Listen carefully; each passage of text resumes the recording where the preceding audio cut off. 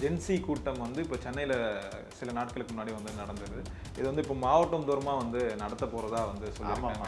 இந்த விஷயத்தை இல்லை, ஆக்சுவலாக அது கூட்டத்தில் அது வந்து சென்சஸ் எடுக்கிறாங்க. எத்தனை கொத்தடிமைகள் ஒவ்வொரு மாவட்டத்திலும், எத்தனை ஊப்பிகள் ஒவ்வொரு மாவட்டத்திலும்னு அந்த கணக்கு எடுக்கிறது தான். இன்னைக்கு எந்த கட்சிகள் தாவேகாவுடன் இணைவதற்கு விரும்பாமல் இருக்காங்க அதை சொல்லுங்க. ஒரு கட்சி இருக்காங்க. யார் சொல்ல? தேமுதிக. தேமுதிகவா? அவங்க கட்சியா சொல்ல?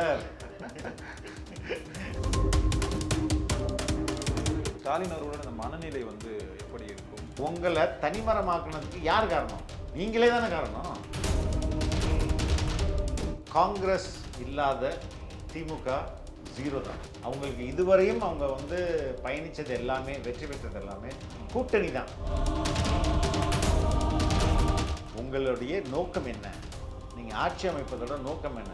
நல்லா கட்டுறதுக்கு நோக்கத்தோட ஆட்சிக்கு வர்றீங்களா, இல்லை மக்களுக்கு நல்ல செய்கிறதுக்கு ஆட்சிக்கு வர்றீங்களா? கடந்த 2 அரசுகளுமே நல்லா கட்டுறதோட நோக்கத்தோடு தான் ஆட்சிக்கு வராங்க. கொள்ளையடிச்சதுக்கு பேர் தியாகமா? 2Gல அடித்ததெல்லாம் வந்து இல்லைன்னு சொல்ல முடியுமா? GT Holidays, South India's #1 travel brand. நிறைவான தருணங்கள் NAC ஜுவல்லர்ஸுடன். ஆச்சி மசாலா. எந்த சமையலும் ருசி தேடும் ரகசியம் 20 ரூபாய். இப்போ ஆக்சுவலாக விஜய் சார் நேற்று பேசுனது ரொம்ப முக்கியமான விஷயம் வந்து இந்த பேர அரசியல் தான் தோற. அவர் சொன்னபோது நாங்கள் எதுக்கு இந்த பேர அரசியல் வந்து பண்ணணும்? இப்போ காலங்காலமாக இருந்த அந்த நிறைய மித்தை வந்து நாங்கள் வந்து உடைச்சிருக்கோம். நாங்கள் வந்து ஓட்டுக்கு வந்து பணம் கொடுக்காம ஜெயிச்சிருக்கோம். சாதி இருந்து ஓட்டு போட்டவங்க எல்லாத்தையும் மதம் வந்து உடைச்சிருக்கோம், மதத்தை வந்து உடைச்சிருக்கோம். அப்படி இருக்கும்போது நாங்கள் எதுக்கு இந்த பேர அரசியல் வந்து பண்ண போகிறோம்னு சொல்லியிருந்தார். அது ஒரு நல்ல விஷயம்தான்.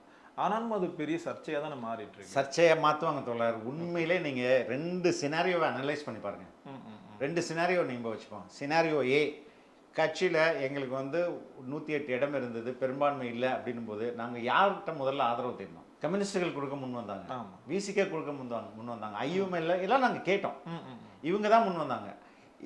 இதுதான் நடந்தது. சினாரியோ பி நினச்சி பாருங்களேன். இதே எங்களுக்கு வந்து மெஜாரிட்டி கிடைக்கல. அப்போ எடப்பாடிட்ட போயிட்டு, சார் நீங்கள் கொஞ்சம் எங்களுக்கு ஆதரவு கொடுங்க அப்படின்னு, நாங்கள் மினிஸ்ட்ரியில் உங்களுக்கு இடம் கொடுத்துட்றோம் அப்படின்னு சொன்னால் அதையும் ஈஸியாக நடத்திருக்கலாமே. ஏன் பண்ணல? அப்போ எங்களுக்கு இன்டென்ஷனே we want to be very clear, we want to be very clean. ஆனால் நரேட்டிவ்ஸ் என்ன வேணாலும் செட் பண்ணிக்கலாம் தோழர். எப்படி வேணால் பேசிட்டோம், நீங்கள் எப்படியா நல்லா பேசுங்கன்னு தான் சொல்கிறாரு. ஆக்சுவலாக அந்த மீட்டிங் முடிஞ்ச உடனே திமுக அவங்களோட வேலைகளை வந்து தொடங்கிட்டாங்க. அந்த ஜென்சி கூட்டம் வந்து இப்போ சென்னையில் சில நாட்களுக்கு முன்னாடி வந்து நடந்தது. இது வந்து இப்போ மாவட்டம் தோறுமாக வந்து நடத்த போகிறதா வந்து சொல்லுவாங்க. இந்த விஷயத்தை இல்லை, ஆக்சுவலாக அது கூட்டத்தில் அது வந்து சென்சஸ் எடுக்கிறாங்க. எத்தனை கொத்தடிமைகள் ஒவ்வொரு மாவட்டத்திலும், எத்தனை ஊப்பிகள் ஒவ்வொரு மாவட்டத்திலும்னு அந்த கணக்கு எடுக்கிறது தான். என்ன தோழர், ஒரு நீங்கள் தற்கொலைன்னு தாவேகாவை பார்த்து சொல்கிறாங்க, நான் கொத்தடிமையாக இருப்பதில் பெருமை கொள்கிறேன், நான் ப்ரௌட் கொத்தூஸ் அப்படின்றான். அதுக்கு என்ன அர்த்தம்? Bonded labour. கொத்தடிமை அது எழுதி கொடுத்துட்டு நான் அடிமையாக இருக்க சம்மதிக்கிறேன்னு எழுதி கொடுக்குறது.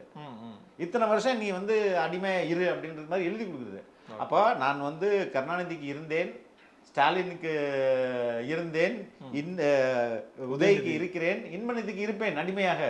அப்போ இந்த கூட்டத்தை நீங்கள் என்னன்னு சொல்லுவீங்க? இதில் பெருமை வேற. எப்படி தொடர அதை நீங்கள் அலோவ் பண்ண முடியும்? மாவட்ட ரீதியாக அடிமைகளின் கணக்கெடுப்பு தான் அது.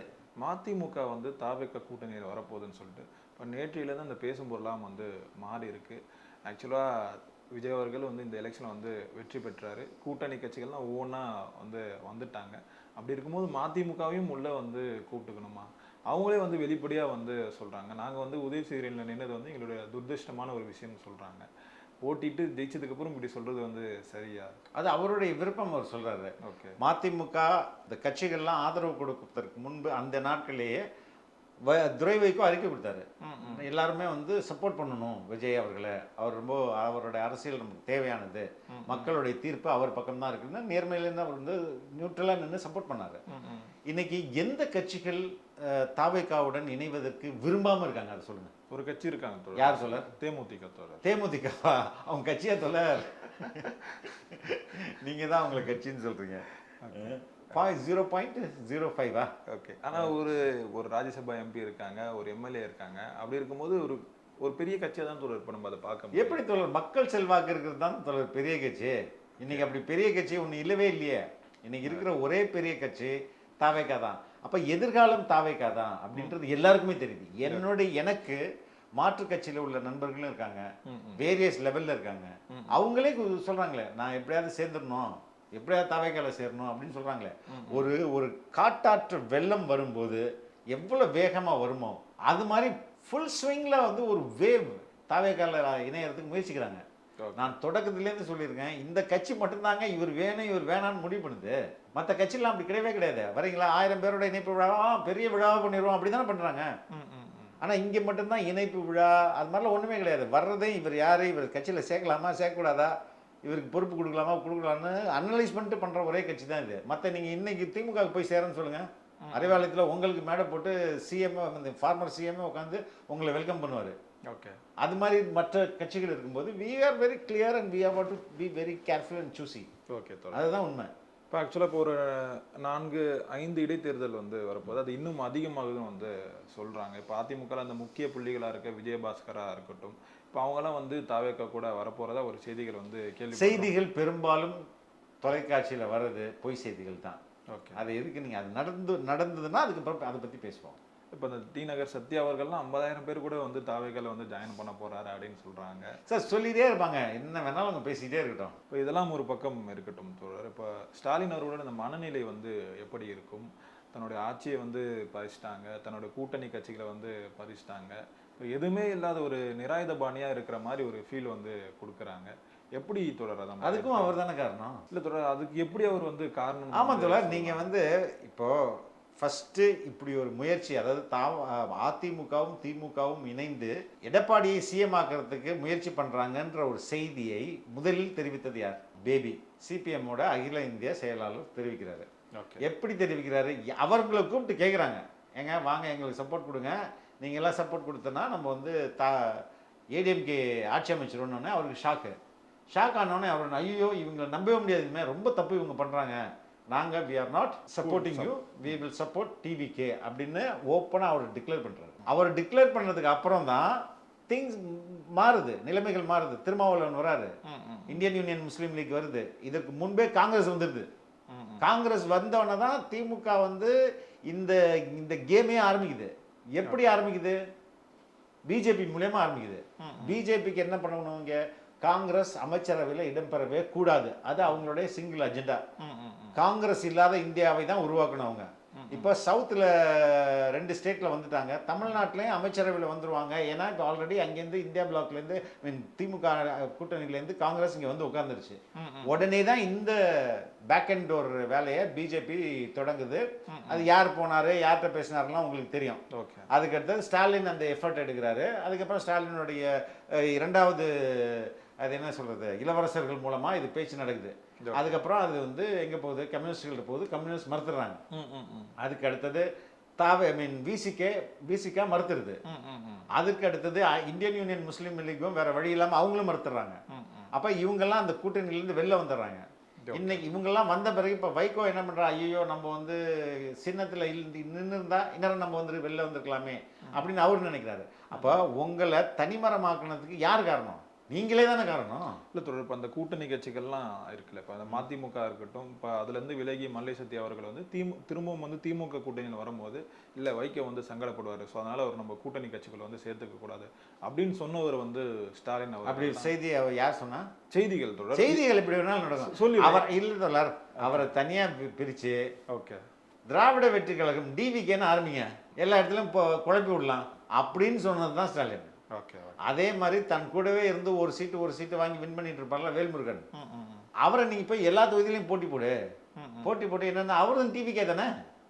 தமிழக வாழ்வுரிமை கழகம், தமிழ்ல சொன்னா தாவாக்கா, இங்கிலீஷ்ல சொன்னா டிவிகே. அப்போ ஒரு குழப்பம் ஏற்படும்ல, அப்படி குழப்பத்தை நீ ஏற்படுத்தி விடு அப்படின்னு சொல்லிட்டு ரொம்ப மொக்கையா பிளான் பண்ணது அவர் தான். இல்லை தோழர், இப்போ இதுக்கெல்லாம் ஆதாரம் இருக்கா தோழர்? இதுக்கு தோழர் நீங்க எதுக்காக வெளில வந்தார்? அவர் கேட்ட 2 தொகுதியில் கேட்டிருந்தாரு, அப்போ வந்து அவங்க ஒரு தொகுதியும் தரத்துக்கு அப்படிலாம் இல்லை தோழர், நீங்க வேற. போன வாட்டி எத்தனை 10 தொகுதியில் நின்னார் அவர்? ஒரு தொகுதியில் நின்னார். இன்றைக்கும் அவர் இல்லைன்னா நீங்க லாஜிக்கை பாருங்க, லாஜிக் ஃபெயில் ஆகுதுன்னா நீங்க சொல்லுங்க. அதே மாதிரி திருமாவளவன் அவர்கள் வந்து சங்கடப்படக்கூடாதுன்றதான் ராமதாஸ் அவர்கள் வந்து திமுக கூட்டணி வரும்போது வேண்டாம் அப்படின்னு சொன்னதும் ஸ்டாலின் அவர்கள் தான் சொன்னாங்க. ஓகே. ஸோ இப்படிலாம் கூட்டணி கட்சி அதான் தோழர், நீங்க கூட்டணி கட்சியை நீங்க பண்ண செயல்னால தானே அவங்க வெளில போறாங்க. திருமாவளவன் ஏதாவது தப்பு பண்ணாரா? இப்போ கம்யூனிஸ்ட் ஏதாவது தப்பு பண்ணிச்சா? நீங்க பண்ண தவிர ஜீரணிக்க முடியாம அவங்க வெளில போறாங்க. இதே மக்களோட முடிவுக்கு எதிராக இருக்கு. இவர் கூட நம்ம எப்படி இருக்க முடியும்? ஏன்னா இப்போ பார்த்தா ஏடிஎம்கே பிஜேபி கூட டீலிங் போட்டுட்டு இருக்காங்க. இவங்களை எப்படி நம்ம ஆன்டி பிஜேபின்னு சொல்ல முடியும்? காங்கிரஸே போயிடுச்சு அங்கேருந்து. அப்போ என்ன இருக்கு அப்படின்றது இதுதான் ஃபேர் அண்ட் ஃப்ரீயா எடுத்த முடிவு தான் அது.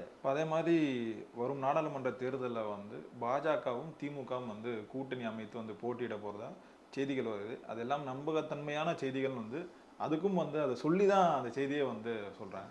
அதுக்கான வாய்ப்பு இருக்கும்னு நினைக்கிறீங்க? வாய்ப்புகள் அதிகமாக இருக்கும் தான் நான் நினைக்கிறேன். ஏன்னா காங்கிரஸ் இல்லாத திமுக ஜீரோ தான். அவங்களுக்கு இதுவரையும் அவங்க வந்து பயணித்தது எல்லாமே, வெற்றி பெற்றது எல்லாமே கூட்டணி தான்.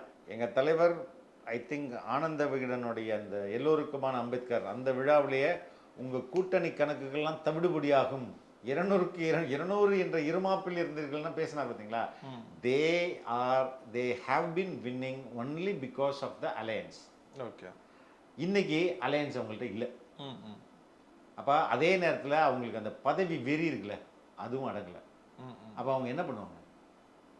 புரியுது. சிங்கிள் சீட்டு கூட வராது. அட் த சேம் டைம் ஒருவேளை பாஜக கிட்ட போனால், பாஜக கூட கூட்டணி வச்சா, பாஜக மறுபடியும் ஆட்சிக்கு வந்ததுன்னா வர்றதுக்கு வாய்ப்புகள் இல்லாது. இருந்தாலும் நான் லாஜிக்காக சொல்கிறேன். அதனால் அவங்க சென்ட்ரல் மினிஸ்டரில் இடம் பிடிக்கிறதுக்கு வாய்ப்புகள் இருக்கும். இப்போ பதவி வெறியில் இருக்க திமுக எப்படி யோசிக்கும்? அதே போல தான் அதிமுக. இன்னைக்கு அவரும் வந்து ஒரு என்ன சொல்றது, தேர்தலுக்கு முன்பே 3வது இடம், இன்னைக்கு மொத்த இடமும் காலி. அப்போ அவரை வந்து தன்னுடைய பெயரையும் தனக்கான பதவியையும் எப்படி பாதுகாக்க முடியும்? அந்த இருக்கிற ஃப்ராக்ஷனையும் கொண்டு போய் அதோட மெர்ஜ் பண்ணி, ஒன்று பிஜேபி கூட மெர்ஜ் பண்ணி நிற்பார். அப்படின்னா 3 பேர் கூட்டணி வச்சு நிற்பாங்க. அப்பயும் படுதோல்வியை சந்திப்பாங்க. போனால் இந்திய கூட்டணியிலே பெரிய கட்சியாக இருக்கிறது வந்து திமுக தான். எப்போ? இப்பவுமே அப்படிதான். இப்போ இல்லையே. இப்போ எங்கே பெரிய கட்சி அது? 35% வாக்குகள் வாங்கின தாவேகா பெரிய கட்சியா? 26% இத்தனை கட்சிகளோட சேர்ந்து வாங்கின திமுக பெரிய கட்சியா? எதையும் பெரிய கட்சி தோழர்? புரியுது தோழர். இது வந்து இப்போது சட்டமன்ற தேர்தல் இங்கே பாருங்க, இந்த இப்போ விசிகே, கம்யூனிஸ்ட், காங்கிரஸ் இவங்கெல்லாம் வலிச்சுட்டு எடுத்தீங்கன்னா அவங்களுக்கு வந்து 18% இருந்தாலே பெரிய விஷயம். அந்த கூட்டணி கட்சிகள்லாம் தாவேக கூட சேர்றது வந்து ஒரு பக்கம் ப்ளஸ்ஸாக பார்க்கப்பட்டாலும் அது வகையில் வந்து விஜய்க்கு ஒரு ஆபத்து அப்படின்ற மாதிரி வந்து என்ன ஆபத்து? எல்லாரையும் வந்து அரவணைச்சு போகிறது வந்து பெரிய விஷயமா இருக்கும். அதே மாதிரி சீட்டுகள் வந்து எல்லா கட்சிகளுக்கும் வந்து அதிகமாக கொடுக்கணும். இங்கே திமுக மாதிரி வந்து விஜய் அவர்கள் வந்து கராராக வந்து இருக்க மாட்டார். எப்படினாலும் ஒரு பெரிய பிரச்சனை வந்து இந்த கூட்டணிக்குள்ளே வெடிக்கும் வந்து சொல்கிறாங்க. அப்படி ஏற்படுவதற்கு வாய்ப்புகள் இல்லை தொடர். இங்கே வந்து சீட்டை விட மினிஸ்டீரியல் பர்த் தான் ரொம்ப ரொம்ப முக்கியம். ஆட்சியில் பங்கு கொடுக்குறோம்ல, அது ரொம்ப முக்கியமானது இல்லையா? நீங்கள் வந்து திமுக உங்களை எப்படி ட்ரீட் பண்ணிச்சு? ஒரு பார்ட்னர் மாதிரிலாம் ட்ரீட் பண்ணல. ரெண்ட் வீடு வாடகையா இருந்தால் ஒன்று தான், எலெக்ஷன் முடிஞ்சோடனே நீ காலி பண்ணிட்டு போயிடு, எலெக்ஷன் வரையும் வீட்டில் இருக்கலாம். அந்த மாதிரியான அப்ரோச் தான். டெனண்ட் லேண்ட்லார்ட் ரிலேஷன்ஷிப் தான். ஆனால் இங்கே வந்து true partner. we will share. அது மாதிரி இருக்கும்போது they will prefer to be with us. Sir நாங்கள் வந்து ரொம்ப டிக்னிஃபைடாக அவங்களை நடத்துவோம். இல்லை, இப்போ தாவேகாவுக்கு வந்து இந்த நிர்வாகத்திறன் வந்து சரியா பண்ண தரல. அமைச்சர்களுக்கு தான் சரியான அரசியல் முன்னாடி நிர்வாகத்திறன் அப்படியே பொத்தி படிச்சுதான் என்ன சொல்றீங்க? இந்த அரசியல் புரிதல் வந்து சரியா இல்லை. அமைச்சர் நோக்கம் தான் தொடர் முக்கியம். இன்னைக்கு உங்களுடைய நோக்கம் என்ன? நீங்க ஆட்சி அமைப்பதோட நோக்கம் என்ன? கல்லா கட்டுறதுக்கு நோக்கத்தோட ஆட்சிக்கு வர்றீங்களா, இல்லை மக்களுக்கு நல்லது செய்யறதுக்கு ஆட்சிக்கு வர்றீங்களா? கடந்த 2 அரசுகளுமே கல்லா கட்டுறதோட நோக்கத்தோடு தான் ஆட்சிக்கு வராங்க. அந்த நோக்கம் சரியாக இருக்கும் பட்சத்தில் ஆட்சியை நடத்துறது ரொம்ப ரொம்ப எளிது தொடர். அது ஒரு பெரிய டிஃபிகல்ட்டிஸே கிடையாது. எந்த ஒரு தியாகங்களும் பண்ணாமல் வந்து தாவேகா வந்து ஆட்சி பிடிச்சிட்டாங்கன்னு சொல்லிட்டு ஆசா அவர்கள் வந்து சொல்லியிருக்காரு. ஸ்டாலின் அவர்களும் நிறைய தியாகங்களை வந்து இந்த ஆட்சி என்ன தியாகம் பண்ணிட்டாங்க அவங்க? ஒரு சிறைக்கெல்லாம் போயிருக்காரு. எதுக்கு சிறைக்கு போனாரு? மிசாலா போ. சரி, அதுக்கு என்ன இப்போ அவர் மிசாலா போலன்றது ஒரு வெர்ஷன் இருக்குது. தியாகம்னா என்னங்க தியாகம்? நீங்கள் கொள்ளையடிச்சதுக்கு பேர் தியாகமா? 2Gல அடித்ததெல்லாம் வந்து இல்லைன்னு சொல்ல முடியுமா? நீதிமன்றம் என்ன சொல்லியிருக்கோம், திருப்பி நோண்ட மாட்டாங்கன்னு. என்ன நீங்கள் பண்ண தியாகம்லாம் என்ன தெரியுமா? திருடுனது தான் தியாகம். மக்களை கொள்ளையடிச்சது தான் உங்களுடைய பெரிய தியாகம். அது என்ன ஒரு தியாகம்? ஒரு நேருவாகுது இவங்க ஜெயிலில் இருந்துட்டு பல மாதங்கள் பல ஆண்டுகள் இருந்ததுக்கு என்ன தியாகம் பண்ணாங்க? ஒரு மண்ணும் பண்ணல. பொறுத்திருந்து பார்ப்போம் தோழர். நிறைய விஷயங்கள் சொல்லியிருக்கீங்க. நேரம் கொடுத்ததுக்கு நன்றிகள் தோழர். ரொம்ப நன்றி தோழர். Thank you. GT Holidays, South India's #1 travel brand. நிறைவான தருணங்கள் என்ஏசி ஜுவல்லர்ஸுடன்.